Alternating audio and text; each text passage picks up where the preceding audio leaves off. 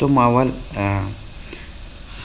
ریستور پوینت جور میکنیم. چرا ریستور پوینت رو جور میکنیم؟ به خاطر از اینکه در صورتی که ما هر تغییراتی که در ویندوز میاریم او باعث ازی شود که ویندوز ما کرش کنه یا مال فانکشنینگ کنه اپراتینگ سیستم، ما همین تغییر پس رول بک یا ریورس کرده بتونیم.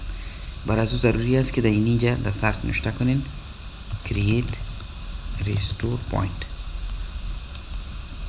سر از اینکه کلیک کردین سر create کلیک میکنین، نام برش میتین تست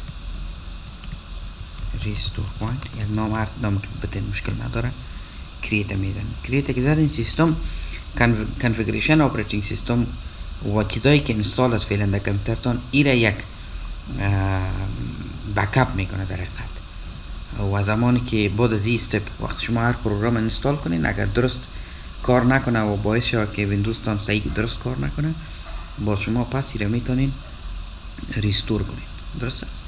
این طریقی هست که ما کریت میکنیم اول ریستور پوینت. یعنی مثل جا میبینین کریت سکسسفولی. اول فرض کنین یک چیز رو ما انستال کردیم درست کار نمیکنه، پس میخوایم در مو حالت ببریم که پیش از این تغییرات که آوردین. اینجا باز میرین در سیستم ریستور نکست میزنین.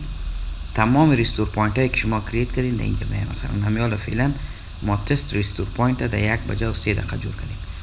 پیش از این در 11 و 26 پیش از این که ما فوتوشاپ انستال کنم یک بکاپ کرده بودم، چون من دین از خودم انستال کرده بودم برای کامپیوتر خود. بازم من چی کردم؟ یک ریستور پوینت کریت کردم که اگر فوتوشاپ انستال کردم خرابی کرد و نتونستم صحیح کار بگیرم، فقط سر ادوب فوتوشاپ کلیک میکنم، نکست میزنم، فوتوشاپ پاپ میشه خود به خود. ما در اون حالت میایم که پیش از انستالیشن فوتوشاپ